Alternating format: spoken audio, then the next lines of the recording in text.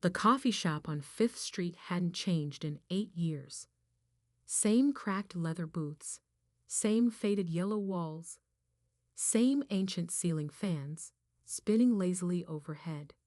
It was where Mom used to take me every Sunday after church, where she taught me to dump chocolate biscotti in hot cocoa, where she told me her final wish.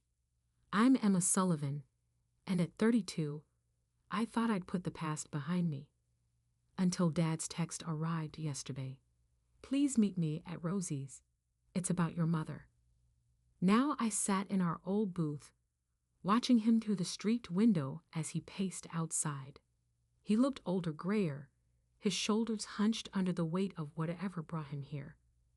Part of me wanted to leave before he came in. The other part needed answers. The bell above the door chimed. Dad spotted me and walked over, clutching a weathered box to his chest like a shield. Emma, he said softly, sliding into the booth. You look just like her. Why are you here? I kept my voice neutral, professional, the same tone I used with difficult clients at my law firm. Because it's time. You knew the truth. He placed the box on the table. About your mother. About why I did what I did. I stared at the box. It was an old hat box, the kind Mom used to collect. The sight of it brought back the anger I'd carried for 8 years. The truth, like how you ignored her dying wish. How you sold her antique jewelry collection the day after the funeral. Emma, please.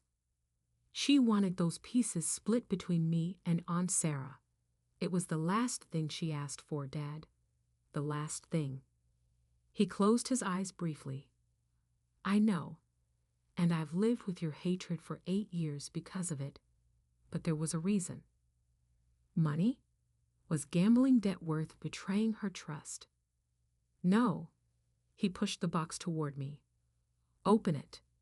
I wanted to refuse, to stand up and walk away like he'd walked away from Mom's wishes.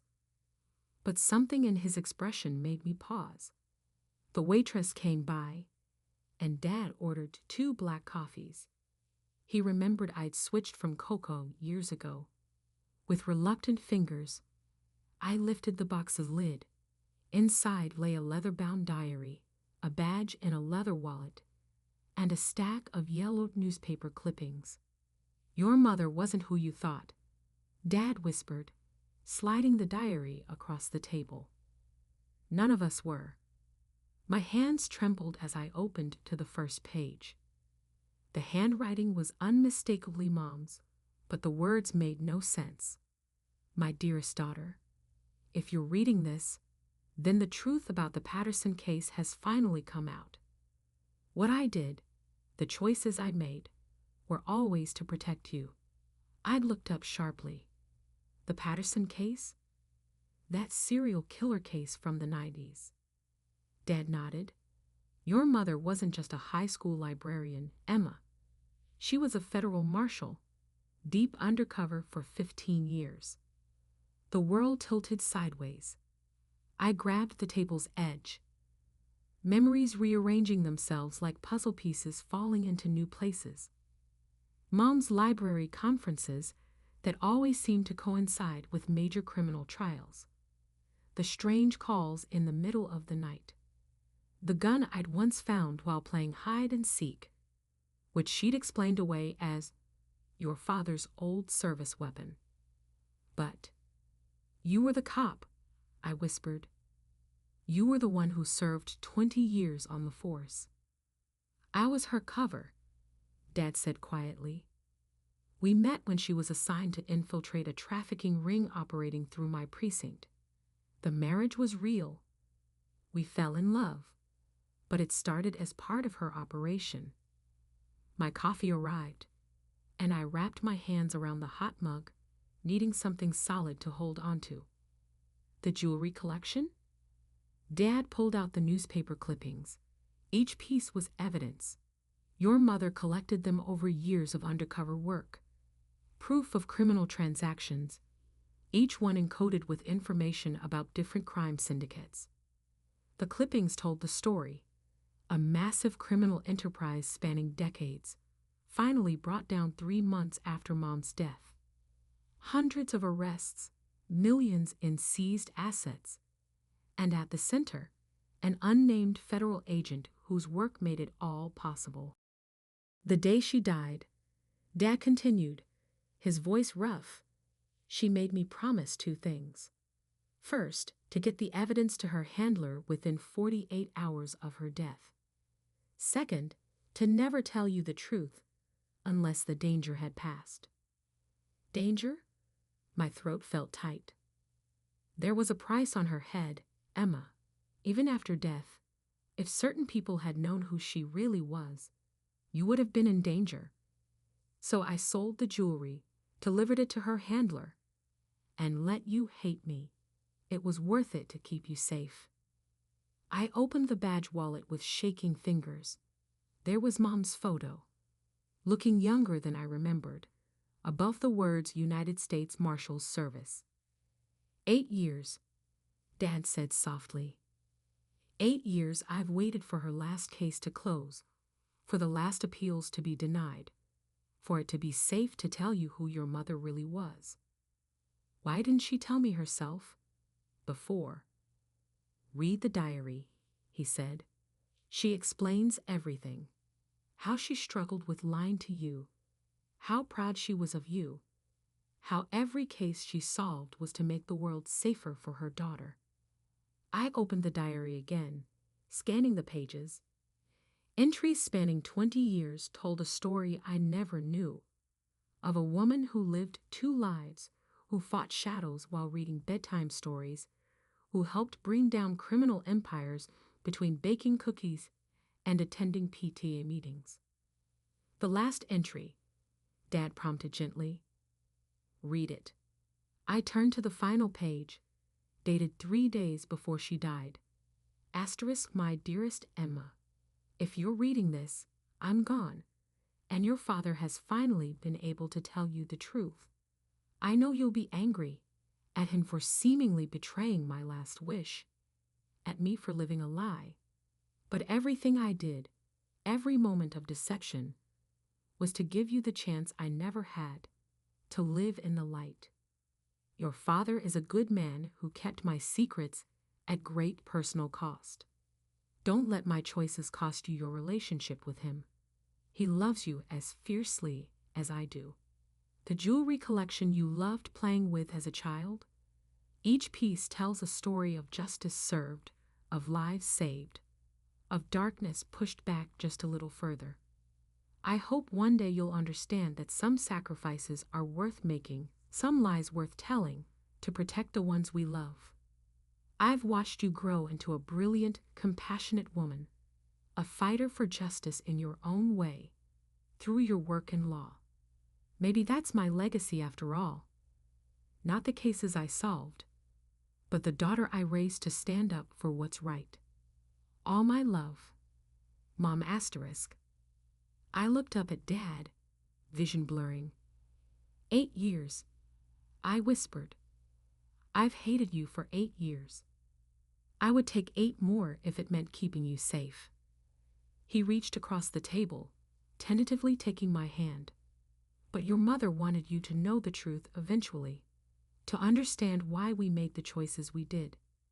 The ceiling fan spun overhead, stirring memories of Sunday mornings in this same booth, of a mother who fought darkness while spreading light, of a father who bore my hatred to honor her last wish. Tell me everything, I said finally. Tell me who my mother really was. Dad smiled, squeezing my hand. That's going to take more than 1 cup of coffee. We've got time, I replied, squeezing back. 8 years' worth. The next few weeks passed in a blur of revelations as I dove deep into Mom's hidden life. Each evening after work, I'd meet Dad at his house, our old family home I hadn't visited in 8 years, and we'd go through the box of memories, piecing together the woman behind the badge. This was her first major case, Dad said one night, pulling out a newspaper clipping from 1992. The Thompson Gallery heist. Everyone thought it was just a high-end art theft. I scanned the yellowed paper, but it wasn't. The gallery was a front for money laundering. Your mother posed as an art authenticator for 6 months. That pearl necklace you used to love playing with? Each pearl contained microfilm of transaction records. The more I learned, the more childhood memories shifted into new focus. The strange men in suits who sometimes visited our house, claiming to be library board members. Mom's insistence on teaching me complex code games that I thought were just fun puzzles. The self-defense classes she enrolled me in, calling them confidence-building exercises.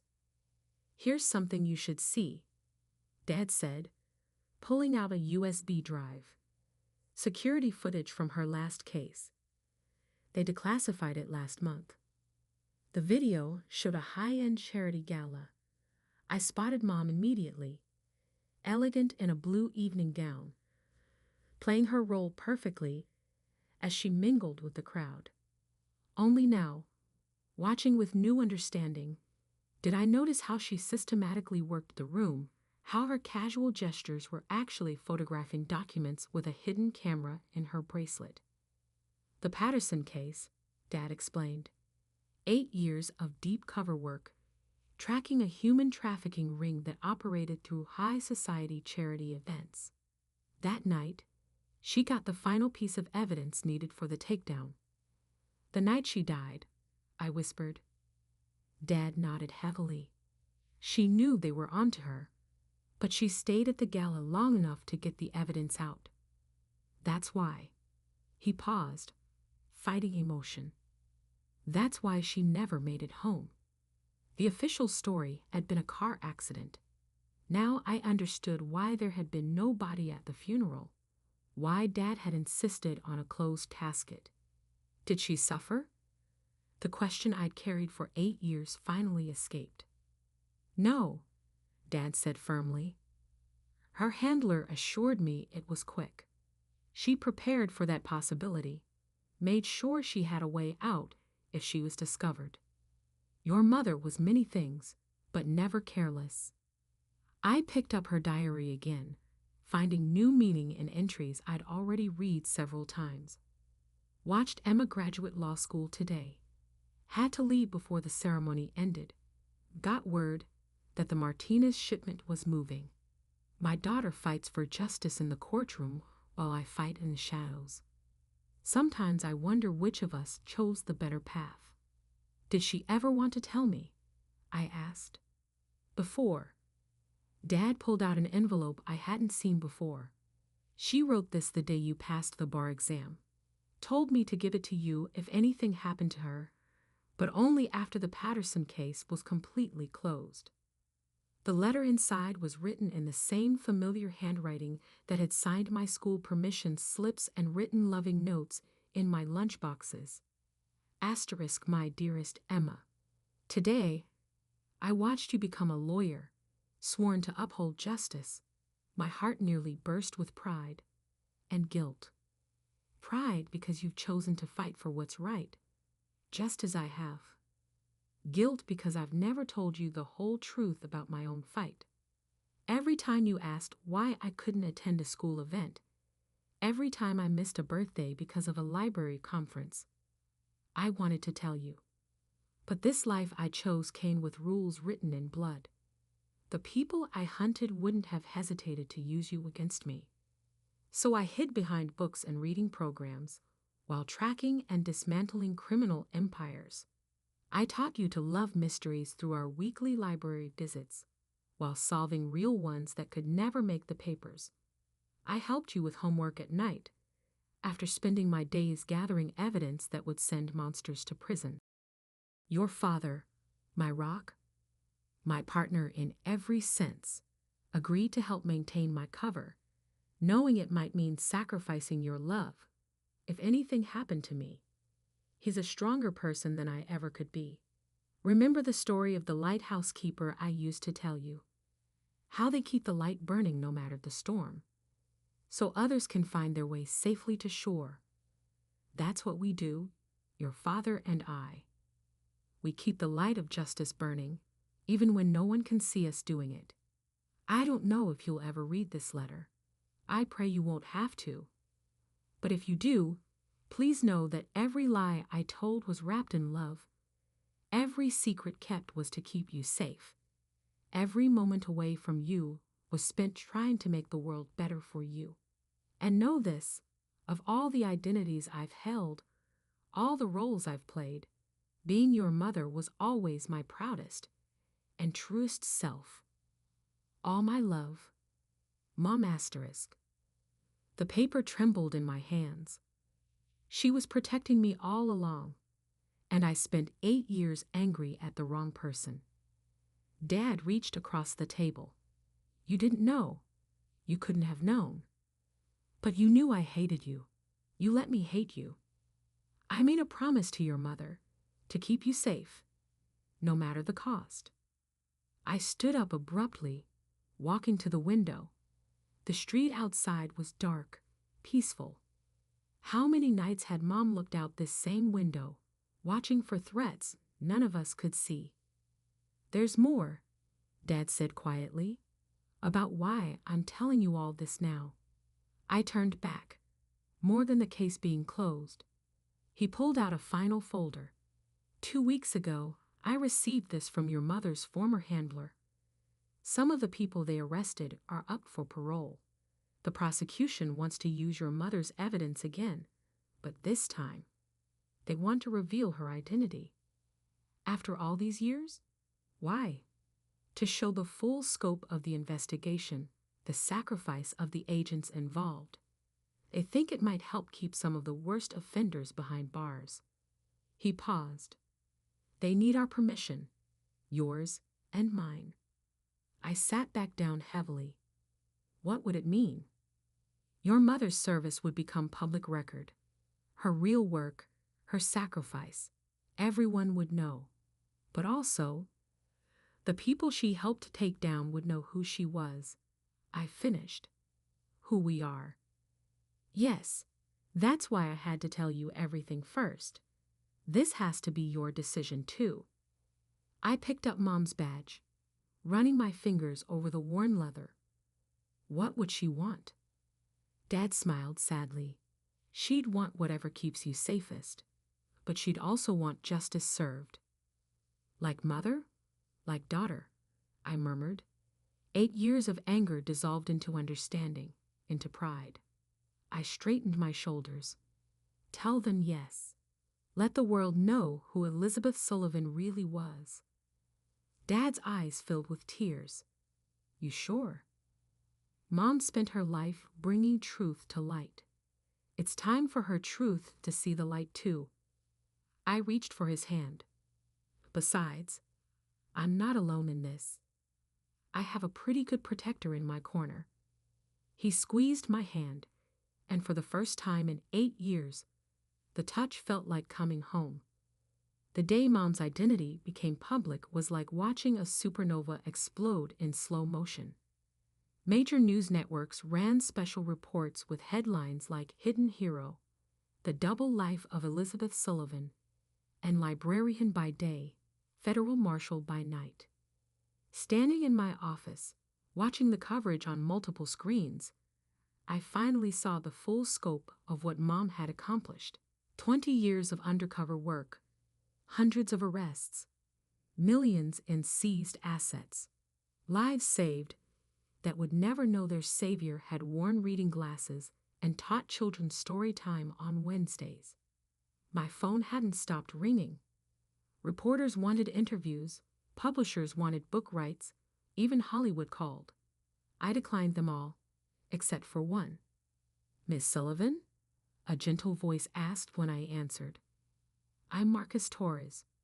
Your mother saved my sister from the Patterson trafficking ring. I've waited 8 years to thank her family. That call led to more. Survivors reached out, sharing stories of how Mom had helped them, protected them, given them new lives. Each story was another facet of the diamond that had been her life, sparkling with purpose and courage. But with the light came shadows.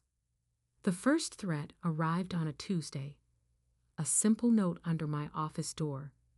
Your mother made powerful enemies, enemies with long memories. Dad moved me into his house temporarily, installing new security systems. My old childhood bedroom became a command center of sorts, with monitors showing every approach to the house. Just like old times, Dad said, showing me the panic room I'd never known existed behind my closet wall. Your mother insisted on having this built when you were born. Said her daughter would always have a safe place. The threats escalated. My car was vandalized. Strange men followed me to work. But instead of fear, I felt something else growing: determination. I want to testify, I told Dad one evening. At the parole hearings, not just about Mom's evidence, but as her daughter. Emma, that would put you directly in their sights. I'm already in their sights, but Mom didn't hide from them, and neither will I. The hearing room was packed when I took the stand. In the gallery, I could see faces from the news coverage: convicted traffickers, money launderers, killers. They stared at me with cold eyes, but I stared right back. My mother, I began, my voice steady, lived two lives. In one, she taught children to read and helped seniors find large print books. In the other, she fought monsters, real monsters, who prey on the innocent and think themselves above the law. I held up her badge. This isn't just a piece of metal. It's a promise. A promise she kept even when it meant lying to her own daughter. A promise that justice matters more than comfort, that doing right matters more than being liked. Looking at the parole board, I continued. The people seeking release today knew her only as the society woman who attended their parties. They never saw her come home late, exhausted, but still making time to read me a bedtime story. They never saw her fighting back tears when she had to miss my school plays because she was saving other children from their clutches. The room was silent as I finished. My mother gave her life to keep others safe. Granting parole to the people she died stopping would dishonor every sacrifice she made, every lie she had to tell, every moment she lost with her family. The parole board denied every application. Outside the courthouse, Dad waited with a proud smile. Your mother would have loved seeing you up there, a different kind of justice warrior. Think they'll stop coming after us now? No, he said honestly. But we'll face it together. It's what she would have wanted. That night, we sat in our old positions at the dinner table for the first time in 8 years. Dad had cooked Mom's signature lasagna recipe, and we talked about her. Really talked, sharing memories both real and disguised. Remember when she would do inventory at the library every third Thursday?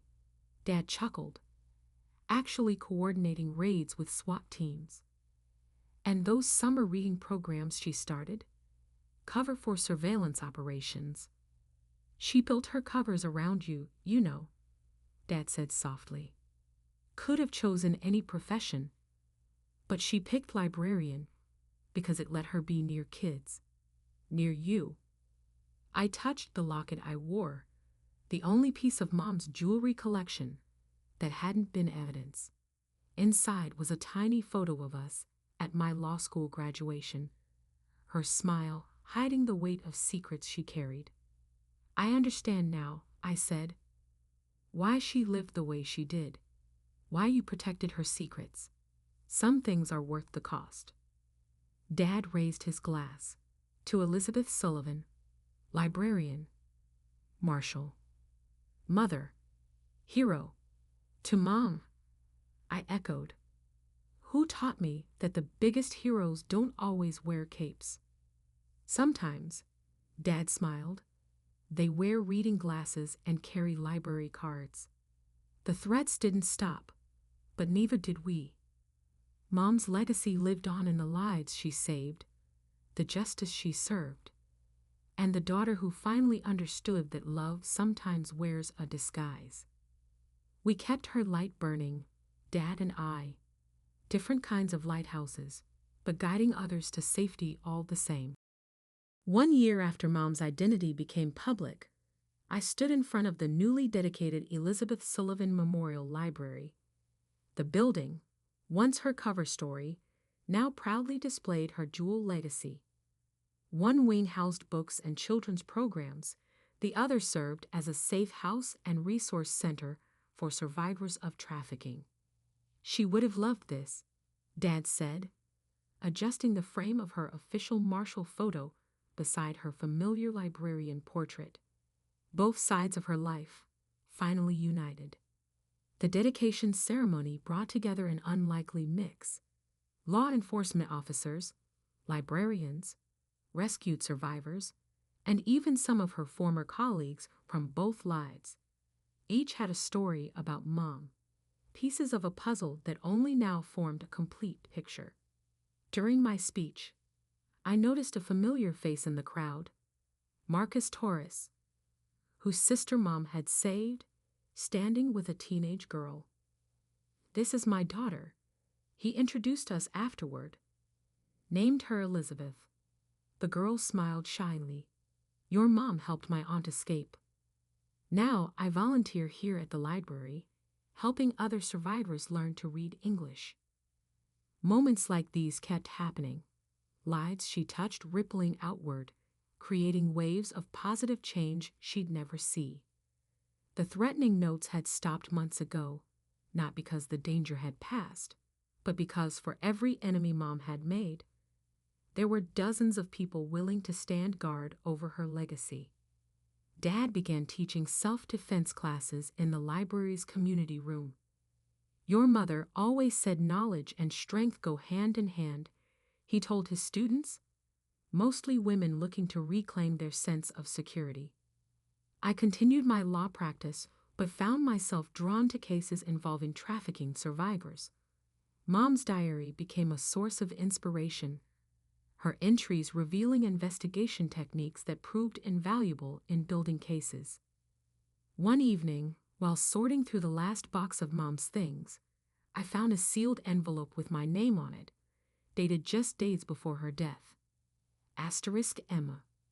If you're reading this, then you've not only learned the truth, but chosen to carry it forward.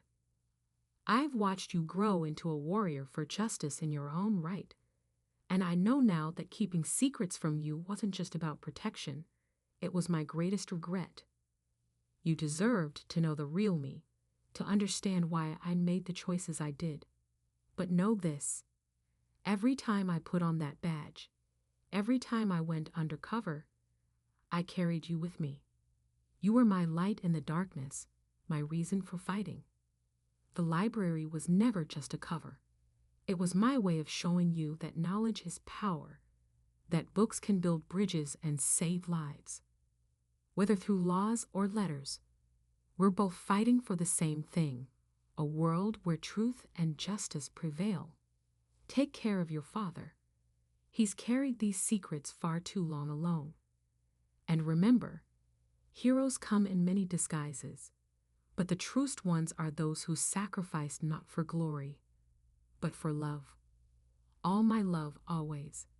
Mom**. That letter now sits framed in my office, next to my law degree and a photo of the three of us at my college graduation. Mom in her librarian glasses, Dad in his police uniform, me in my cap and gown. 3 warriors for justice, each in our own way. The Elizabeth Sullivan Memorial Library has become more than just a building. It's a beacon of hope, a testament to the power of truth, and a reminder that sometimes the quietest heroes leave the loudest legacies. As I lock up the library each night, I often pause by Mom's dual portraits. The librarian who taught children to read, the marshal who taught victims to hope, the mother who taught me that love sometimes wears a badge, and justice sometimes carries a library card. Ready to go home? Dad asks, waiting by the door. Just one more thing, I say with a smile, straightening Mom's reading glasses in the display case. They sit next to her badge now, both symbols of a life lived in service to others. In the end, Mom's greatest undercover operation wasn't about catching criminals or saving lives. It was showing me that real heroes don't need to choose between light and shadow. They find ways to fight darkness while spreading light. And that's a lesson worth keeping alive. One book, one case, one life at a time.